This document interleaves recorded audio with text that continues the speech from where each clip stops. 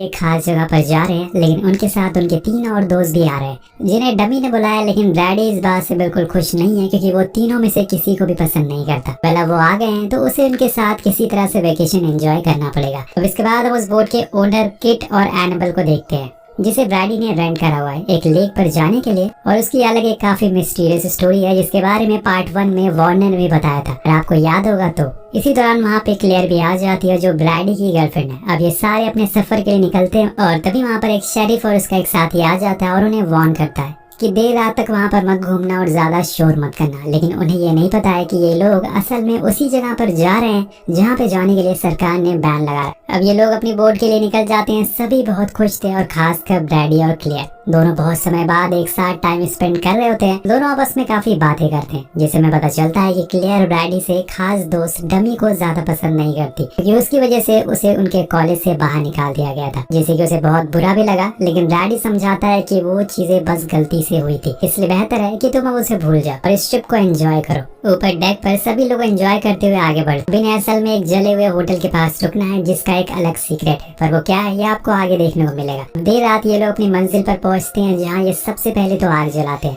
दिन सब लोग खाना पीना एंजॉय करते हैं। उसी दौरान किड जो कि वहाँ का लोकल था वो उन्हें इस लेक के बारे में कुछ बातें बताता है और कहता है कि वो दूर अंधेरे में खड़े एक आलीशान होटल की तरफ इशारा करता है और बताता है कि ये एस्टन कोलैप्स नाम के आदमी का था जो उस टाइम का मिलियनर था और उसने इसे कई सालों में बनवाया था। जिसके बाद उसने साउथ अफ्रीका से एक रेयर ब्रीड के क्रोकोडाइल को मंगवाया था। मानता था कि ये एंशिएंट इजिप्शियन गॉड है, इसलिए वो इसकी पूजा करता था। और कुछ समय के बाद जब उस क्रोकोडाइल ने अंडे दिए तो उसने उसे होटल की लॉबी में एज ए शो पीस के तौर पर रख दिया। लेकिन एक दिन कुछ लोगों ने वो अंडे तोड़ दिए जिससे की खबर क्रोकोडाइल को लगी और फिर उसने उस होटल में मौजूद पूरे 60 लोगों को मार डाला। और फिर न जाने किस वजह से उस पूरे होटल में आग भी लग गई, जिसके बाद पूरी तरह से वो खंडर बन गया और आज तक उसी हालत में है। लेकिन किड की ये कही हुई बात सभी लोगों को कहानी लगती है और सब मजाक में ले लेते हैं। दूसरी ओर हम 2 फिशरमैन को देखते हैं जिसमें उस लेक के किनारे ऐसी जगह पर रुकना था जहाँ से कुछ बड़ी मछलियाँ पकड़ सके। इसी दौरान उन्हें कुछ अंडे भी दिखाई देते हैं जो किसी आम अंडों के मुताबिक बहुत ही ज्यादा बड़े थे, इसलिए वो उसे उठाकर देखने लगते हैं। लेकिन तभी उनसे गलती हो जाती है और वो अंडे गिर कर टूट जाते हैं। लेकिन उन्हें ये बात मजाक लगती है तो वो इसे ज्यादा सीरियस नहीं लेते। लेकिन यही मजाक अब उनकी जान लेने वाला था।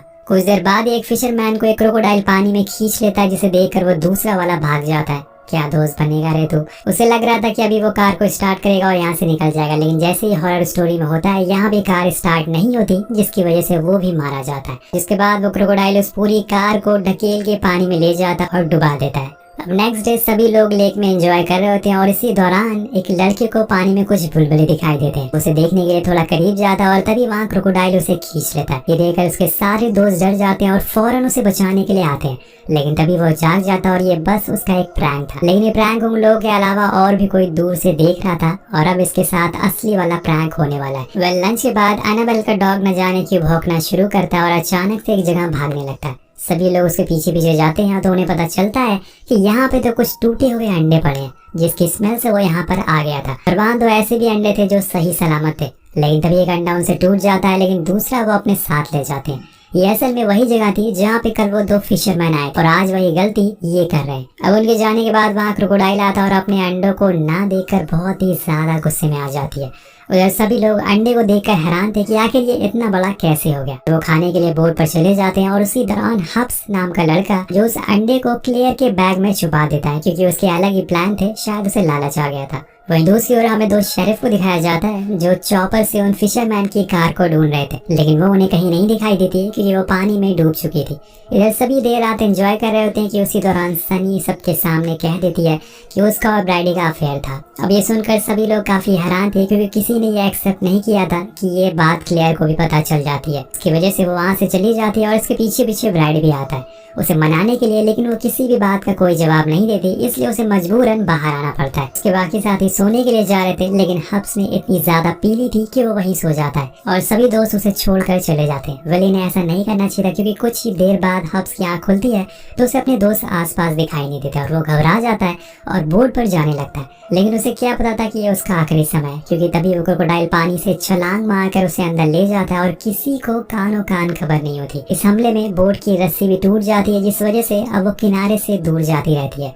और बहने लगती है। सुबह जब सबकी आँख खुलती है तो सभी लोग लोग हैरान थे कि इनकी बोट जंगल के किनारे पर अटकी हुई थी और ये अपनी जगह पर नहीं थे और इन्हें हब्स भी दिखाई नहीं देता क्योंकि वो अब उसके पेट में है। उधर ब्रैडी अभी भी क्लेयर से बात करने की कोशिश कर रहा होता है लेकिन वो उसे इग्नोर करके बोट पर आ जाती है। तंग आकर ब्रैडी अकेले ही जंगल की ओर जाने लगता है। वहाँ दूसरी ओर शेरिफ को वो कार मिल चुकी थी लेकिन जब वो वहाँ की चीजों को देखते हैं तो उन्हें वहाँ वही अंडे मिलते हैं जो कि टूटे हुए थे। लेकिन उन्हें भी औरों की तरह हैरानी होती है कि आखिर इतने बड़े अंडे किसके हो सकते हैं। लेकिन इससे ज्यादा हैरानी तो उन्हें तब होती है जब वहाँ पर उन्हें एक इंसान का कटा हुआ हाथ मिलता है जो कि सड़ चुका था, जिसे देखकर वो समझ गए थे कि ये जरूर किसी जानवर का काम है। और इसी बात की जानकारी के लिए वो दो भाइयों के पास जाते हैं जो काफी समय से जंगल में ही रहते हैं और उनका एक क्रोकोडाइल फार्म भी है। तो वो उसे अंडे दिखाते हुए कहते हैं कि ये मुझे जंगल में मिले। तब वो उसे अपने पाले हुए क्रोकोडाइल के अंडों से कंपेयर करता है और बताता है कि तुम इन अंडों का साइज देखो, ये कोई आम क्रोकोडाइल का अंडा नहीं है, ये उन्हीं क्रोकोडाइल के अंडे हैं जिसे एस्टन कोलैब साउथ अफ्रीका से लेकर आया था। ये सुनकर शेरिफ हैरान था कि आखिर वो इतने सालों तक कैसे जिंदा रह सकता है। तब वो आदमी उसे बताता है कि ये नील क्रोकोडाइल के अंडे हैं जिसे हम इजिप्शियन गॉड के नाम से भी जानते हैं। वो असल में 100 से 150 सालों तक जिंदा रह सकता है और यही वजह है कि वो आज तक जिंदा है। लेकिन मैं उसे मारना चाहता हूँ क्योंकि उस दिन उस होटल में मेरे डैड भी मौजूद थे और उन्हें भी मार दिया गया था। इसलिए शरॉन भी शेरिफ के साथ उन्हें ढूंढने के लिए निकल जाता है। इधर ब्रैडी को अकेले देखकर सनी उस पर लाइन मारने लगता है और उसे अट्रैक्ट करने के लिए पानी में चली जाती है। लेकिन यहाँ ब्रैडी की जगह वो क्रोकोडाइल उसे अट्रैक्ट हो जाता। अब वो उसे खाने वाला होता है कि तभी वो बाहर आ जाती है, जिसके बाद वो दोनों अपने साथियों के पास भागने लगते हैं ताकि उन्हें बता सके इस बारे में। लेकिन वहाँ तो अलग ही माहौल था, सब मस्ती से एंजॉय कर रहे थे। लेकिन जब तक ये उन्हें बता पाते उन्हें पहले ही पता चल चुका, जिसे सबकी फट के फ्लावर हो जाती है। अब सब इधर उधर भागने लगते हैं लेकिन किसी को कुछ समझ नहीं आ रहा था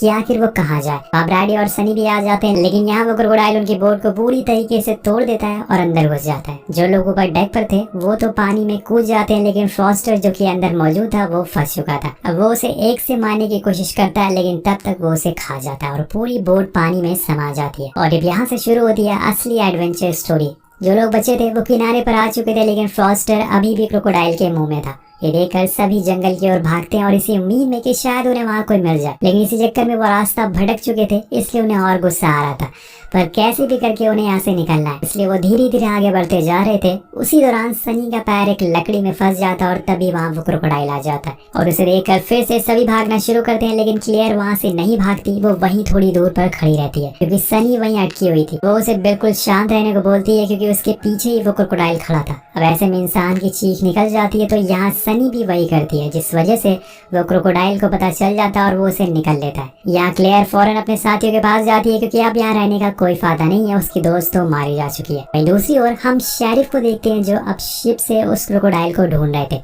कि कुछ लोग यहाँ पर वेकेशन के लिए आए हैं और उनकी जान खतरे में। सीन कट होकर पहुंचता है उन लोगों पे जो भागते हुए एक कॉटेज पर पहुंच जाते हैं जो काफी दिनों से बंद पड़ा हुआ था। उसकी हालत देख के तो ऐसे ही लग रहा था। इसी दौरान एनाबेल वॉशरूम जाती है लेकिन वो क्रोकोडाइल दीवार तोड़कर आ जाता है और उसे पकड़ लेता है। डम्बी उसे बचाने के लिए उसके ऊपर वार करता है लेकिन कुछ फायदा नहीं होता क्योंकि तब तक वो मर चुकी थी, जिसके बाद उसका पैर भी जख्मी हो जाता है। उसकी आवाज सुन के किट फौरन बाहर खड़ी कार को स्टार्ट करने की कोशिश करती है ताकि वो यहाँ से भाग सके, लेकिन ऐसा हो नहीं पाता क्योंकि ये एक स्लैशर मूवी है। फिर वहाँ क्रोकोडाइल आता है जिसकी वजह से वहाँ पे रखा टैंक ऑयल गिर जाता है और उसकी पूरी कार उसके चपेट में आ जाती है और एक बहुत ही बड़ा धमाका होता है जिसमें वो भी मारा जाता है। तो अब इनका एक और साथी मर चुका है। कुछ देर बाद सुबह हो जाती है और तीनों बचे हुए लोग अब आगे बढ़ते, लेकिन डमी के पैरों में चोट लगी हुई थी जिस वजह से वो चल नहीं पा रहा था। ब्रैडी उसे कार्ट पर बैठा कर ले जा रहा था लेकिन अब ये तीनों इन सब से बहुत ही परेशान हो चुके हैं। उन्हें अब यहाँ से बाहर निकलना है कैसे भी करके, किसी भी हालत में। उधर हम शेरिफ को देखते हैं जो बोट से आगे बढ़ रहे थे और उन्हें वो कॉटेज से उठता हुआ धुआं भी दिख जाता है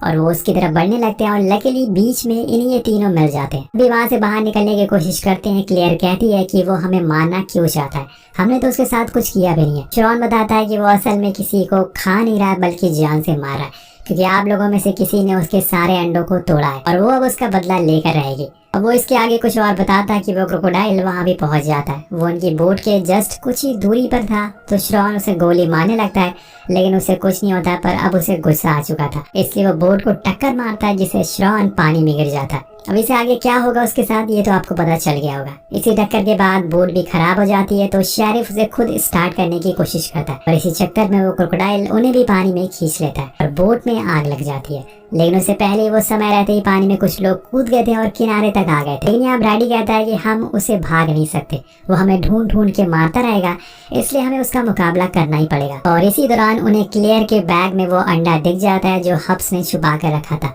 जिसे देखकर वो समझ जाते हैं कि आखिर वो इनके पीछे क्यों पड़ा हुआ है। इसलिए ब्रैडी कहता है कि इसे हमें अंडे को बेस बनाकर उसका सामना करना होगा। वो उस अंडे को रखकर थोड़ी दूर पर बैठ जाते हैं और इसी समय पर डमी बहुत सी ऐसी बातें बोलता है जो क्लेयर को पसंद नहीं आती, लेकिन वो सबको इग्नोर करती है क्योंकि ये समय किसी और चीज का है। कुछ देर बाद वो क्रोकोडाइल वहाँ आ जाता है और संडे की ओर बढ़ने लगता है, लेकिन तभी ब्रैडी आकर उस पर हमला कर देता है। लेकिन इससे कुछ भी फायदा नहीं होने वाला था, वो उसे दूर पटक देती है और तब तक डमी उसकी आंखों पर एक कपड़ा लगाकर उसे चढ़ जाता है और फिर ब्रैडी को हमला करने को कहता है, पर इसका भी कुछ फायदा नहीं होता क्योंकि वो डमी को उछाल कर अपने मुंह के अंदर डाल लेता है। लेकिन यहाँ उसकी किस्मत अच्छी होती है कि वो उसे मारता नहीं, खाता नहीं है। ये सब क्लियर देख रही थी और उसे समझ आ गया था कि असल में वो क्रोकोडाइल क्या चाहता है, इसलिए वो उसके अंडे को लेकर उसके सामने खड़ी हो जाती है। कुछ देर बाद उस अंडे में से एक बच्चा बाहर निकलता है और वो क्रोकोडाइल उसे लेकर चुपचाप वहां से चला जाता है। तो यहाँ पे क्लियर समझ जाती है कि गलती उन्हीं लोगों की थी। वो क्रोकोडाइल सिर्फ अपने बच्चे को बचाना चाहता था, पर आपको क्या लगता है कि क्या वो दोबारा आएगा, क्योंकि वो अभी तक मरा नहीं है, या फिर अब वो अपने बच्चे के साथ आएगा जो कि कुछ दिनों बाद बड़ा हो जाएगा। इसी सस्पेंस के साथ